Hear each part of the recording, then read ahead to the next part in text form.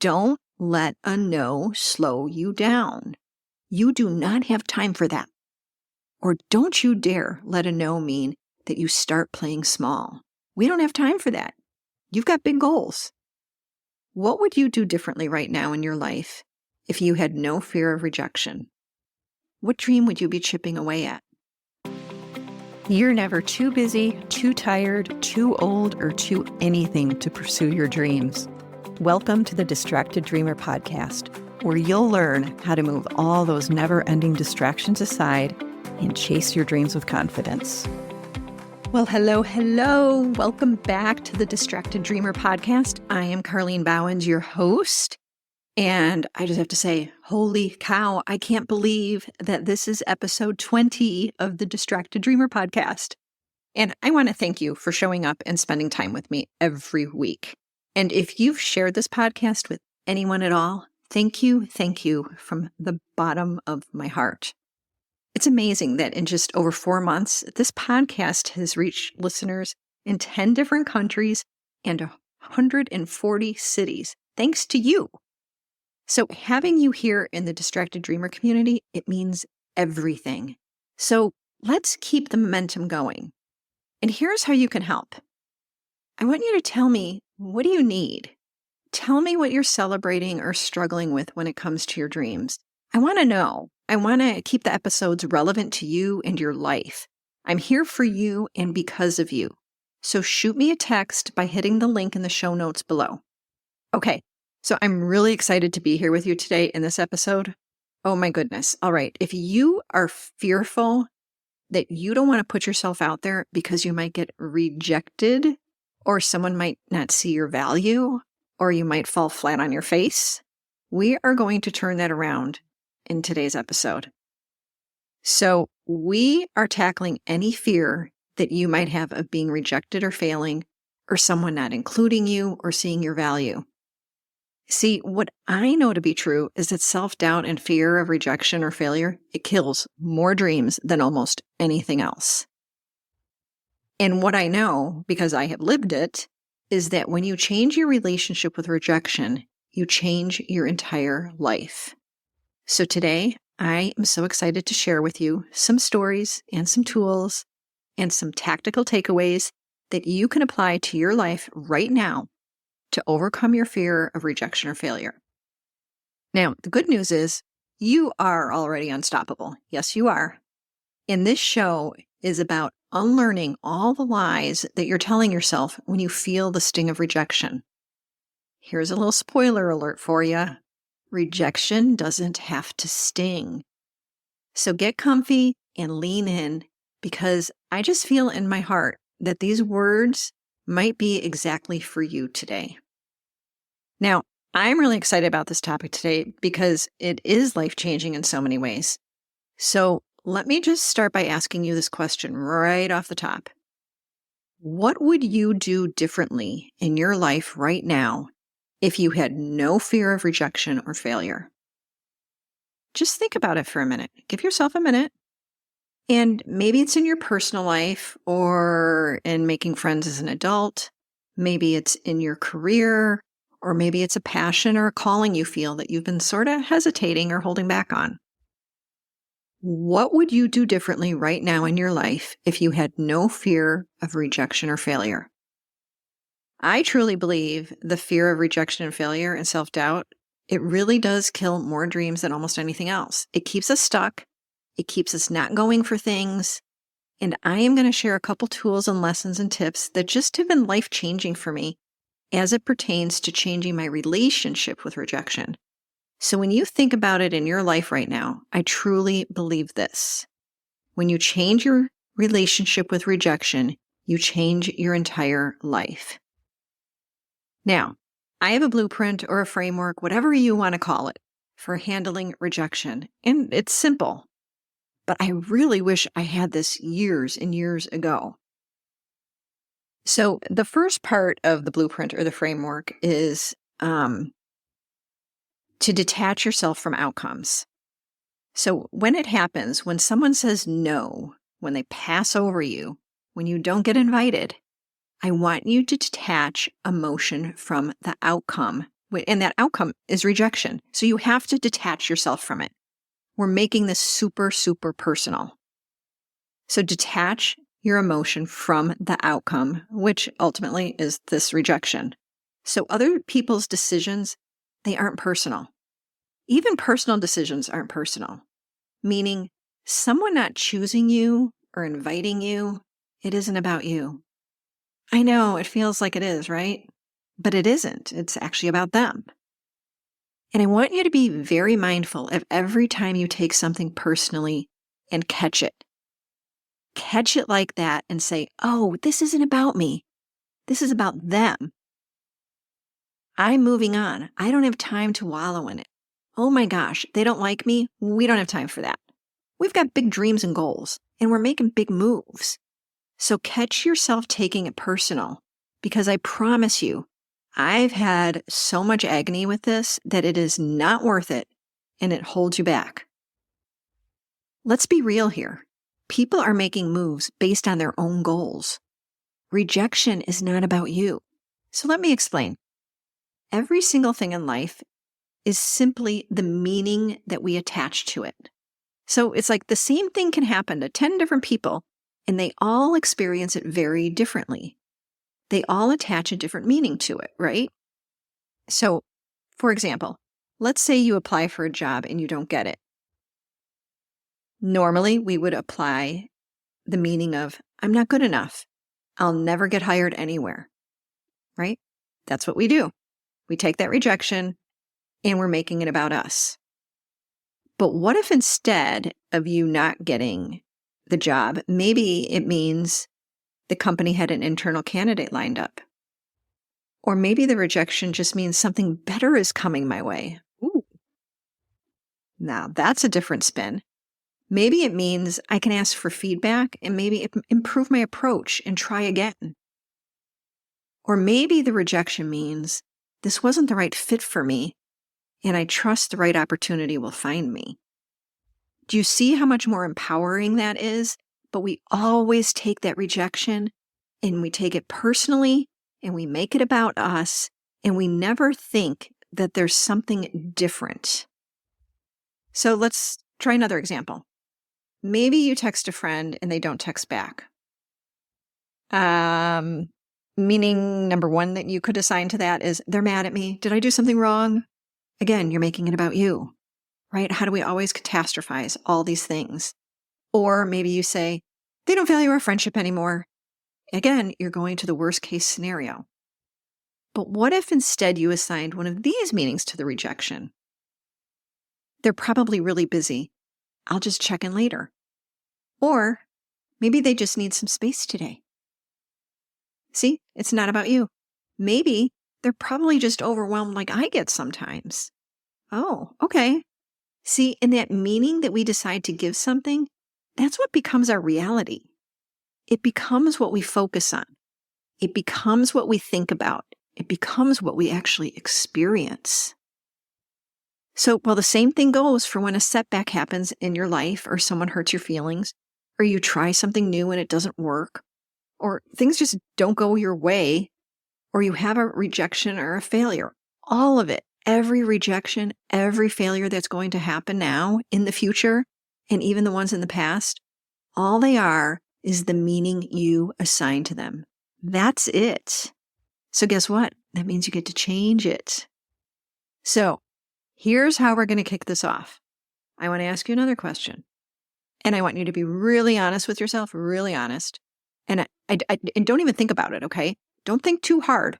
But I want you to imagine yourself getting rejected or failing at something. What's the first thought that you have? Don't think about it. Just like, what's the first thought you have when you imagine yourself getting rejected or failing? For me, most of my life, the very first thought I have is, yep, there's proof that you're not enough. Yep, you're not enough. The person doesn't hire me to be their coach. The first thought is, yep, not enough. The person didn't invite me to their party. Yep, I'm not enough. Whatever it might be, my first thought was always, yep, that's proof that I'm not enough. But I want you to be really honest with yourself. Really imagine yourself in a scenario when you get rejected or you fail. What's that very first thought that goes through your mind? Now, when I've asked people this before, some of the first thoughts that people share so vulnerably are things like, yep, I shouldn't have even tried. I'm stupid. I'm a loser. Who was I even to go for it? Who do I think I am? I'm not qualified. I'm not enough. I don't have what it takes. On and on and on, right? So I just want you to take note for a second of that first thought you had when I asked you that. The first thing you think when you get rejected or fail. Okay, what is that thought? Make a note of it. Because here's the deal with this. That first thing you just thought, that is your current definition of rejection or failure. That's your definition. That is currently the meaning you're assigning to rejection or failure in your life when they happen. A lot of times we don't even know we're doing this. It could be just like a deep carved neural pathway from the past. And we've just thought that every time it happens. We don't even notice it. But that first thought you had, this is so important, okay? For you, if that first thought you had is something that's negative, like for me, most of my life is, yep, I'm not enough, that's pretty negative. If that first thought you had that you think about when you get rejected or fail is something negative, here's what's going to happen. You're not going to go for things. You're not going to go after your dreams. You're going to stay stuck. You're going to talk yourself out of going for it because you're going to want to avoid the pain of rejection or failure. Yeah, rejection and failure is painful. We make it painful. And I just want you to make a note of it, okay? Your current definition of rejection or failure. Okay, you did step one. The next step in this framework is to reframe that rejection. Now, here's what's been life-changing for me, because we sort of started out with this idea that everything's just the meaning that we attach to it, right? And when I started realizing that my current definition of rejection or failure every time it happened was like, yep, there's proof I'm not enough. Well, that makes me decide to not go for things. I don't ever want to feel that way. But what I've learned is when you actually redefine the meaning or the definition you give to rejection or failure to one that's actually empowering, now it has to be true. It has to be a new definition that you believe and you know in your soul that's actually true. It can't just be something that sounds positive. You have to believe it's true. But when you redefine rejection or failure with new definitions that you truly believe, that are empowering, that are inspiring, well, then it's not painful anymore. Then you actually eliminate the fear of doing things that might bring rejection or might bring failure because it's not painful anymore. You don't have to avoid the pain. So I know that's going to seem far-fetched, but just trust me on this. So here's two more examples like we talked about at the beginning where we assign a negative story to the rejection. So let's say that you ask someone out and they say no. Oof. What do we normally do? We say, oh, I must not be attractive or lovable. But what if the meaning really is they just might not be in the right place for a relationship right now? What if that rejection just means they aren't my person and that's okay? What if that was brave of me to put myself out there and I'll keep trying? Or what if you realize that rejection is redirection? This clears the way for someone who is a great fit. Okay, what about a friend who doesn't invite you to an event? What do we normally think? We think they don't like me anymore. But what if you think, maybe it was a small gathering and they had limited space? Or maybe I should reach out and check in rather than assuming the worst. Or maybe the rejection is that they just forgot and it wasn't intentional. It actually wasn't rejection. What if you just let them? And then you say, and let me plan something fun for myself or with other friends. Let them go to the event without you. Let them not invite you. And then you say, let me plan something fun for myself or with other friends. Did you hear that last one? The reframe to let them not invite me. Yes, that's a new reframe I learned from none other than Mel Robbins. She is the best-selling author of her new book, The Let Them Theory. And let me tell you, I wish I had that book decades ago.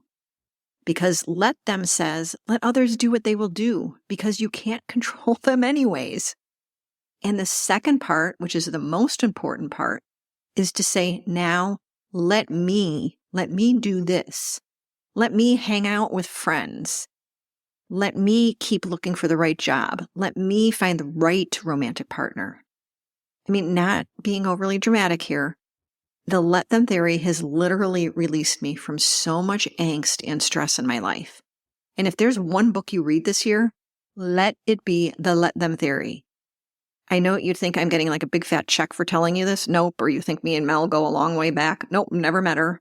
But I've been following her work for years, and I'm telling you, this book will change your life. And I've put a link to it in the show notes for you. And so what I want to encourage you to do is we already came up with your current definition of rejection. Well, now I want you to think of some new definitions of rejection that are true for you, that you believe in your soul are true. So you can take some of the ones that I just shared, right? Maybe that rejection means it's a victory. I'm one of the brave ones willing to keep going for it. Or what about rejection is protection? Maybe the universe is protecting me from a toxic relationship or protecting me from a bad financial decision. What you're actually being protected from, it might not reveal itself for days or months or even years. But if you believe that, it will reveal itself and you will feel sweet relief when it does. But what happens when we feel rejection from our family and friends? When they don't support our dreams, I mean, maybe they just don't even understand them, but they don't support our dreams the way we expect them to. I mean, it really actually does suck. But I'm here to tell you that there are people out there who get you and your dreams. And after you finish listening to this episode, go listen to episode 19. It's called Stop Doing It Alone, How to Find Supportive Friends and Build Your Dream Community. Because you will learn that sometimes our closest family and friends, they just don't understand what or why we're doing what we're doing. And that's okay. You can find people who do. So I want to share this story with you, especially if your dream is to start any kind of business. The secret is to manage your expectations of family and friends, not to manage your family and friends. It's to manage your expectations. So when I started my business more than a decade ago, I had zero expectations of family and friends coming to me for coaching. I mean, I kind of didn't even talk about my coaching business. I was like, I don't know what I'm doing. I don't want to have to answer to people about it, right? And I knew that I had to build my business without that expectation. The first reason is really because coaching is very personal. Like family or friends coming to me, it's kind of like going to your best friend or your sibling for therapy. Like we don't want to do that. It's so personal that you don't want to reveal some of these very private inner things to people who are so close to you.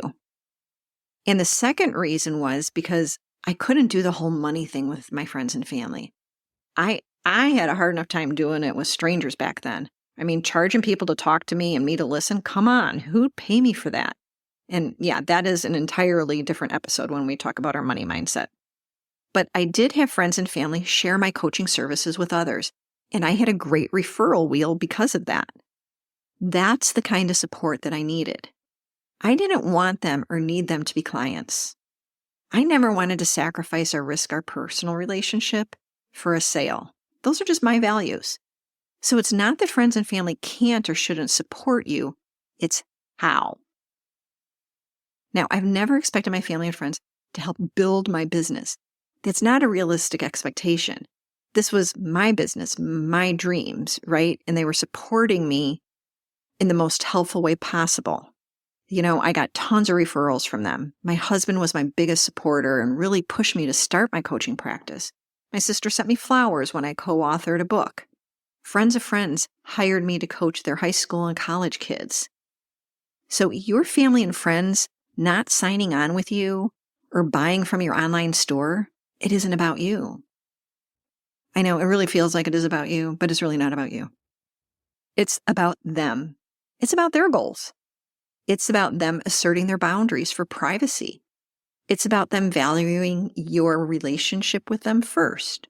Whatever it is, that rejection is in no way personally about you. It in no way says you're not good at what you do or you're not good enough for them. Unless, of course, that's the meaning you assign to that perceived rejection. So the reframe here is let them. Let them buy from someone else's online store. Let them hire a different coach. Let them go to a different yoga studio than yours. Let them do what is best for them. Let them. And then you say, let me. Let me find people that love my products. Let me coach people who I really click with. Let me market my yoga studio to increase attendance. Let me start making those cold calls. Let me do what is best for me. And when you get that no from family or friends, this is where you can also reframe it to rejection is protection. That no is protecting my relationship with that person. Or you can reframe it to rejection is redirection, meaning that no is redirecting me to stop playing small. And I can widen my circle by marketing my services. It's a redirection for me to expand my reach, to put myself out there fully. So that's what I really would love for you to think and say in these moments. So detach the emotion from the outcome of rejection was number one. And number two is to reframe rejection as redirection or rejection is protection. And use Mel Robbins' let them theory. Here's what I believe. If it's not happening right now for you, it's not meant to happen right now. What is meant for you, it will find you when the time is right. So in the moment, when you get that no, when they pass over you, when something's not working, it must not be meant for me right now, but I'm going to keep going. What's meant for you will find you. And I believe that to my core. And so that leads us to number three, which is to keep moving forward. Keep moving forward. So I want you to adopt this idea that rejection doesn't have to be personal unless you attach that meaning to it. Be a little bit like, dang, I'm a badass and I can figure this out. And I don't need everything to be a yes or a green light for me to keep moving forward. Don't let a no slow you down. You do not have time for that. Or don't you dare let a no mean that you start playing small. We don't have time for that. You've got big goals. Have you ever heard the story behind Spanx founder Sarah Blakely's success? It is such an inspiring story of creativity and persistence and moving forward. So in the late 1990s, Blakely faced a lot of skepticism and a ton of rejection, like at every single turn while she was trying to launch her innovative footless pantyhose, now that they're famously known as Spanx. And getting Spanx actually into stores was really, really challenging because she had no industry contacts. She had no big investors to open the doors. And so she started just cold calling buyers, like constantly at upscale department stores until someone would finally listen to her. And there was one buyer, a prominent buyer at Neiman Marcus, who finally said, if you're willing to fly here, I'll give you 10 minutes of my time. So Blakely, she jumped at the opportunity and she booked a flight from Atlanta to the Neiman Marcus headquarters in Dallas, carrying nothing but her lucky red backpack, I just love that, with a Spanx prototype sealed in a Ziploc bag. And Blakely arrived in Dallas for her brief 10-minute meeting with the Neiman Marcus buyer. And at the start of the pitch, she was very enthusiastic and she was explaining her product, footless body-shaping pantyhose that could give women a sleek look under their clothes without visible hosiery. But a few minutes in, she sensed that the buyer's interest was really fading.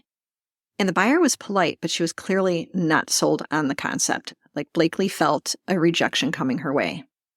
So sensing that the deal was slipping away, Blakely made a really bold move. She invited the Neiman Marcus buyer to join her in the ladies' restroom nearby. Can you imagine? And there, Blakely dashed into a stall and she quickly changed into her Spanx undergarment to demonstrate its effect. So she came out of the stall and she showed the buyer a side-by-side comparison of how her light-colored pants looked before with no Spanx versus after with the Spanx smoothing her figure. And this spontaneous, live demo spoke volumes. By literally putting her product on and modeling it, Blakely let the results speak for themselves. The difference was visibly convincing. So her on-the-spot demonstration won the buyer over completely, and she was impressed by what she saw, and the buyer immediately agreed to stock Spanx in their stores. In fact, she placed an order on the spot for Spanx to be carried in 7 Neiman Marcus locations as a trial run. And then before long, other prestigious retailers like Saks Fifth Avenue, Bloomingdale's, and Berghoff Goodman, they heard the buzz, and they also put in orders to carry Spanx. In this breakthrough moment, it launched Spanx on the path to becoming a household name and a billion-dollar brand. So what this story illustrates is the importance of being proactive and pushing forward, even when you can feel the rejection coming right at you. If Blakely hadn't picked up the phone to cold call that Neiman Marcus buyer multiple times, Spanx might never have gotten its first break. In fact, Blakely's philosophy is make the call because you don't get what you don't ask for in life. Again, make the call because you don't get what you don't ask for in life. In essence, Sarah Blakely's story of her Spanx pitch, it is truly a masterclass in persistence and creativity. She made the calls, she refused to take no for an answer, and she used creativity to overcome that oncoming rejection. Now, if you're here listening, you're most likely chasing a dream. Take a page from Blakely's playbook and have the courage to ask for what you want. And if you hear no or feel one coming your way, find a new way to show why your idea matters. Okay, so that's the framework I use. First is to detach yourself from the outcome of rejection. Second is to redefine rejection to something that is empowering, so it no longer stings. And the third thing is keep moving forward. And I want you to think about the next time that you're feeling really down on yourself, because something happened and you got to know and you were left out and you're making it personal. And if you're making rejection personal and you just want to learn your lesson really quickly and move on, go read the book, The Let Them Theory by Mel Robbins. To close, I'd love for you to hit the link in the show notes that says send Carlene a text and answer the same question I asked when we started our chat today.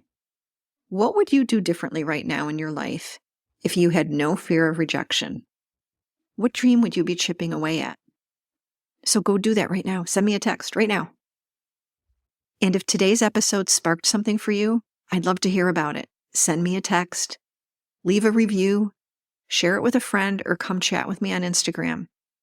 I love spending time with you here. And if today's episode sparked something for you, I'd love to hear about it. Leave a review, share it with a friend, or come chat with me on Instagram.